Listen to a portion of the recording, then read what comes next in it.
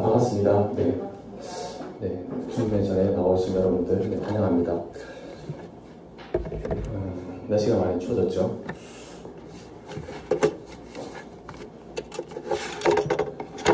오늘은 바울 서신 가운데에 가장 대표적인 로마서를 살펴보려고 합니다. 로마서는 저번에 사도행전 시간에 이 장애에 대해 설명을 한 적이 있는데 서신서에 해당됩니다. 바울이 로마의 교회에 있는 성도들에게 보낸 편지입니다. 로마 교회는 사실 바울이 이렇게 세운 교회가 아닌데 누가 세웠는지는 명확히 밝혀져 있지는 않습니다. 추측하건대 오순절의 성령 역사를 경험한 로마에 거주하던 디아스포라 유대인에 의해서 지어진 것으로 추정해 볼 수 있습니다. 이들은 이 편지 그리기에 명확한 목적을 가지고 있습니다. 바울은 서바나, 즉 현재 이름으로 스페인 선교를 가고자 그 비용을 로마 교회에 부탁을 하고자 하였습니다. 그래서 바울은 자신 안에 있는 이 복음을 구체적으로 설명을 하면서 이 복음이 다른 복음과 틀리지 않음을, 이 복음이 살아계신 하나님의 말씀임을 변증하고 있습니다. 로마서는 복음의 정수로 알려져 있습니다. 1517년이죠. 이 루터도 이 로마서를 근거로 로마서 1장 16절, 17절 말씀을 근거로 종교개혁을 일으켰습니다. 종교개혁 기념일이 며칠 남지 않았습니다. 초대 교회 교리를 집대성했던 이 어거스틴 역시 고백론을 통해서 이 고백론에 나오는 아이가 로마서 13장 14절을 읽었다고 기록하고 있습니다. 이 어거스틴 역시 이 로마서를 통해서 회심을 경험한 것으로 알려져 있습니다. 오늘 본문인 로마서 8장은 로마서 중에서도 로마서다, 로마서의 핵심이라고 불리는 장입니다. 제가 앞서 여러 번 이 장을 이렇게 인용해서 여러분들에게 한번 설명한 적이 있습니다. 복음의 정수가 담겨있는 장이라고 할 수 있습니다. 오늘의 전체 질문으로는 복음이 왜 믿는 자의 능력이 되는가? 라는 질문을 한번 던져보고자 합니다. 첫 번째는 누가 대적할 것인가? 라는 질문입니다. 로마서 8장 1절입니다. 여러분들 한번 읽어볼까요? 로마서 8장 1절. 안 돼요? 로마서 8장 1절 제가 한번 읽어보겠습니다. 8장 31절입니다. 죄송합니다. 31절. 로마서 8장 31절입니다. 여러분들 한번 읽어보겠습니다. 시작.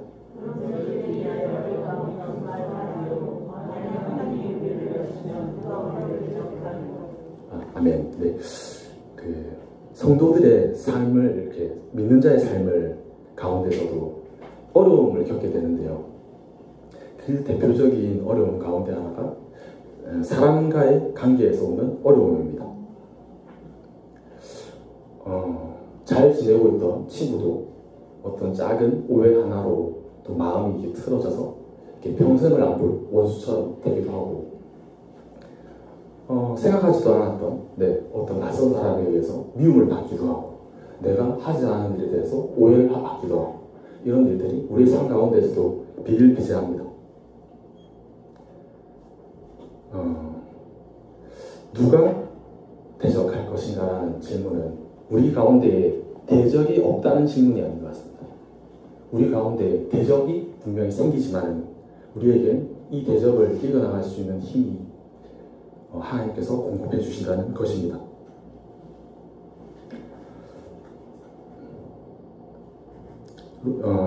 이 대적자에 대한 신경을 잘 표현한 구절이 시편 69편 1절에서 4절에 있는데요. 제가 한번 천천히 읽어보겠습니다. 하나님이여 나를 구원하소서.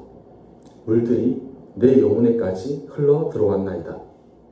나는 설 곳이 없는 깊은 수렁에 빠지며 깊은 물에 들어가니 큰 물이 내게 넘치나이다. 내가 부르짖음으로 피곤하여 나의 목이 마르며 나의 하나님을 바라서 나의 눈이 새하였나이다. 까닭 없이 나를 미워하는 자가 나의 머리털보다 많고 부당하게 나의 원수가 되어 나를 끊으려 하는 자가 강하였으니 내가 빼앗지 아니하는 것도 물어주게 되었나이다. 아멘. 그 시편 69편은 이 분류상 탄원시라고 분류가 되는 시입니다. 이 안에는 되게 원수에 대한 무시무시한 저주가 담겨 있습니다. 우리는 교회를 다니면서 형제를 미워하지 마라, 형제에게 화를 내지 마라, 이런 류의 이야기를 말씀을 많이 듣습니다. 하지만 혹시 여러분들 안에는 이 미움의 감정이 생기지 않던가요? 나는 잘못한 게 없는 것 같은데, 까닭이 없는 것 같은데 이 수렁에 빠진 것만 같은 고통 속에 빠질 때가 있습니다.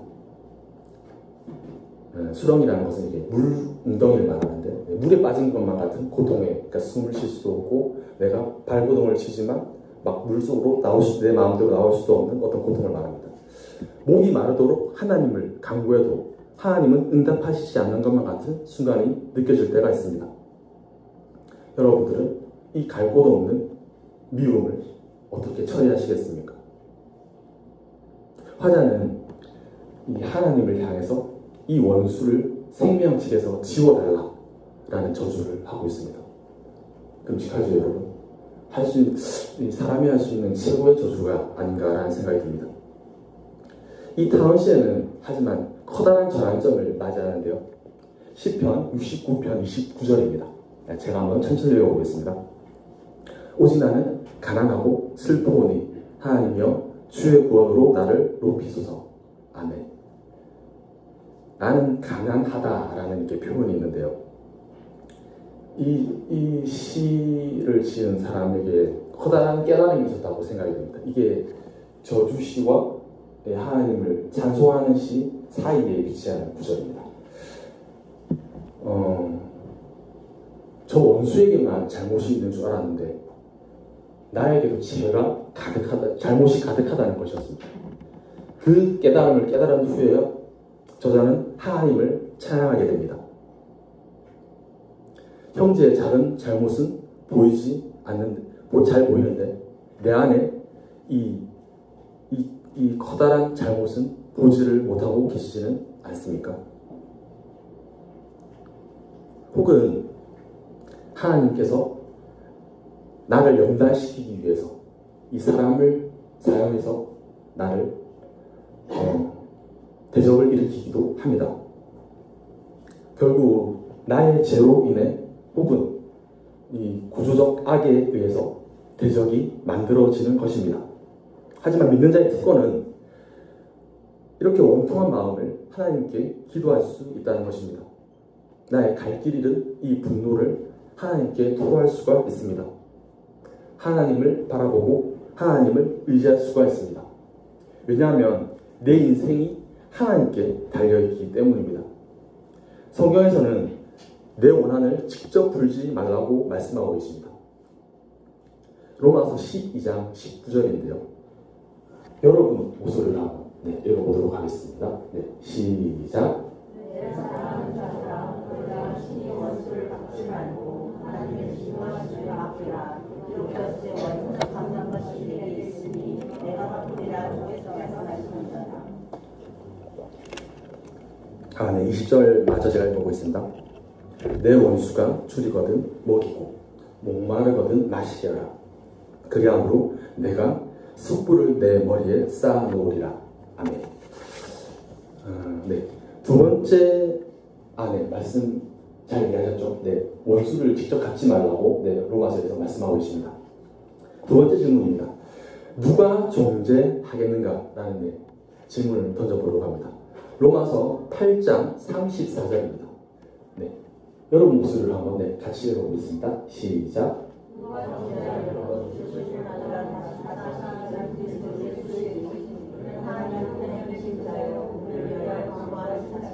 아멘. 여러분 혹시 그 권면이라는 단어가 있고 정죄라는 단어가 있습니다. 저번에 제가 교회 일꾼을 세우는 설교를 이제 하면서 이 교회 일꾼들에게, 이 충실한 일꾼들에게는 권면의 사명이 있다는 말씀을 한번 드린 적이 있습니다. 성도를 권면하는 일을 이 충실한 일꾼들에게 맡기셨는데요. 하지만 이 상충되는 말로 비판하지 말라는 또 이야기가 있습니다. 마태복음 7장 1절입니다. 제가 한번 읽어보겠습니다. 비판을 받지 아니하려거든 비판하지 말라. 아멘. 산상수훈, 여러분 들어보셨죠? 마태복음 5장에서 7장을 산상수훈이라고 하는데, 산상수훈의 핵심적인 구절 가운데 하나로 서로를 비판하지 말라고 하고 계십니다. 교회를 오래 다니고 남의 잘못을 지적할 수 있는 자리에 오르면 남의 잘못을 지적함으로써 자신의 우월함을 느끼기도 합니다. 스스로 말씀에 자신을 비춰보고 자신을 들여다보는 것이 아니라 이 말씀을 통해서 남을 들여다봅니다. 그래서 이 비판과 권면은 구분이 되어야 합니다. 권면은 진정 형제를 사랑하는 마음으로 관계가 형성된 이후에 할 수 있는 것으로 상대를 향한 이후에 할 수 있습니다. 권면은 그저 비난하는 것으로 끝나지 않고 형제의 잘못을 내가 품고 형제가 잘못을 깨닫고 변화되기까지 품고 기도하는 것을 의미합니다. 내 눈에 거슬려서 정죄하는 것은 권면이 아닙니다. 그것은 형제를 죽이는 것입니다. 교회에서 몰아내는 것입니다. 이 정죄의 문제로 많은 성도들이 사실 이 시험을 겪고 또 교회를 떠나는 일이 발생합니다. 사탄이 하는 일은 분열시키는 일이라고 저번에 한번 설명한 적이 있습니다. 단어를 제가 여러 가지 나열하면서 그 방법으로 사탄은 끊임없이 정죄를 합니다. 마치 재판장의 검사와 같습니다. 우리의 잘못을 들추어냅니다. 우리에게 끊임없이 죄책감을 몰아넣고 우리를 하나님과 멀어지게 합니다. 물론 반대의 경우도 있습니다. 사탄의 일은 죄를 자꾸만 숨기고 이것이 죄인지 아닌지, 이게 죄인지 선인지 구분할 수 없도록 혼미하게 만드는 것도 사탄이 하는 일입니다. 요한계시록 12장 10절에는 이런 구절이 있어요. 제가 한번 읽어보겠습니다. 내가 또 들으니 하늘에 큰 음성이 있어 이르되 이제 우리 하나님의 구원과 능력과 나라와 또 그의 그리스도의 권세가 나타났으니 우리 형제들을 참소하던 자 곧 우리 하나님 앞에서 밤낮 참소하던 자가 쫓겨나고. 아멘. 이 참소하던 자를 사단이라고 표현하고 있습니다. 또한 요한복음 8장에서는 가늠한 여인을 다루시는 예수님의 모습이 나옵니다. 예수님께서는 로마서 8장 11절을 통해서 이렇게 말씀하고 계십니다. 대답하되 주여 없나이다. 예수께서 이르시되 나도 너를 정죄하지 아니하노니 가서 다시는 죄를 짓지 말라 하시니라. 아멘. 이어서 이사야 1장 18절을 한번 살펴보겠습니다. 여호와께서 말씀하시되 오라 우리가 서로 변론하자. 너희의 죄가 주홍 같을지라도 눈과 같이 희어질 것이요 진홍같이 붉을지라도 양털같이 희게 되리라. 아멘. 하나님께서는 우리와 변론하기를 원하고 계십니다. 이 변론은 잘잘못을 따지는 것이 아닙니다. 우리가 회개하기만 하면 하나님께서 그 죄를 잊어주겠다고 하는 변론입니다. 정죄하는 사단과 매우 대조적입니다. 하나님의 용서는 이 사람의 용서와 구분이 됩니다. 히브리 동사 중에 사라흐라는 동사가 있습니다. 이 동사는 주어를 하나님만 가질 수 있는 동사인데요. 이 뜻은 문지르다 라는 뜻이 있는데요. 창문의 얼룩을 지우듯이 그 죄의 흔적을 말끔히 지워준다는 의미를 포함하고 있습니다. 하나님께서는 우리를 찾고 계십니다. 아담아 어디 있느냐? 선악과를 먹고 범죄한 아담은 그 죄가 부끄러워 수풀에 몸을 숨깁니다. 하지만 하나님께서는 아담을 찾으십니다. 아담아 어디 있느냐? 나와 변론하자. 아담을 용서하기 바라시는 하나님의 바로 부르심입니다. 세 번째 질문으로 넘어갈 건데요. 누가 우리를 그리스도의 사랑에서 끊으리요? 라고 묻고 있습니다. 세 번째 질문은 이 첫째 질문과 두 번째 질문의 결론과도 같습니다. 또한 로마서 1장부터 8장까지의 결론과도 같습니다. 우리에게 대적이 있을지라도, 우리를 누군가가 정죄한다고 할지라도 하나님의 사랑은 그 자신을 희생하시고 우리에게 보여주신 그 사랑은 변함이 없으시다는 것입니다. 예수님이 그 몸을 화목제의 제물로 사용하셔서 하나님과 우리 사이에 화평을 이루셨습니다. 나의 대적으로 인해 내가 수렁에 빠진 것만 같고 숨이 쉬어지지 않고 발버둥을 쳤봐도 내 몸은 더 깊은 물속에 잠기는 것 같이 느껴지더라도, 하나님을 아무리 크게 불러도 내 목이 쉬도록 도움을 요청해도 하나님이 응답하시지 않는 그 순간에도, 오히려 대적은 나를 조롱하고 하나님마저 조롱하는 그 순간에도 하나님의 사랑은 변함이 없으십니다. 우리를 향한 사랑에 변함이 없으십니다. 그래서 우리는 그분을 마땅히 찬양하는 것입니다. 그들의 정죄함으로 도저히 내 안에 어떠한 소망도 발견되지 않는 순간에도, 죄책감으로 도저히 하나님 앞에 나아갈 수 없는 그 순간에도 아담아 부르시는 그 음성을 기억하시기 바랍니다. 하나님은 십자가로 우리에게 대답하고 계십니다. 내가 너를 사랑하고 있다. 너를 향한 내 사랑은 한 번도 변하지 않았다. 하나님께서 말씀하고 계십니다. 그분은 십자가의 그 모욕과 수치를 우리를 위해서 담담히 받아들이셨습니다. 어떠한 순간에도 이 변함없으신 하나님의 사랑을 붙드시는 여러분들이 되시기 바랍니다.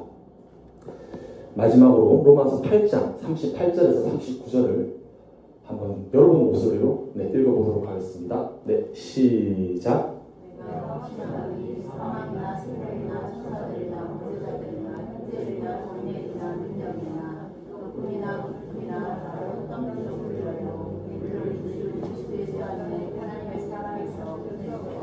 아멘. 여러분, 어떠한 형편에 처할지라도, 과거에 여러분들이 어떤 일을 겪었다 할지라도, 어떤 권세자나 어떤 대적자가 나타날지라도, 그 누구도 그 어떤 일도 하나님의 사랑에서 여러분들을 끊을 수가 없습니다. 여러분, 이 하나님의 사랑을 붙드시기 바랍니다. 사랑 없는 거리에도, 음침한 골짜기를 지난다 할지라도 하나님이 여러분과 함께하고 계십니다. 하나님의 사랑만으로 여러분의 영혼이 만족되기를 바랍니다. 여러분들이 그 사랑으로 또 나 이웃을 향한 사랑과 친절을 베풀 수 있기를 바랍니다. 이 시간 결단 찬양으로 나아가시겠습니다. 다 함께 일어나서 결단 찬양 드리시겠습니다.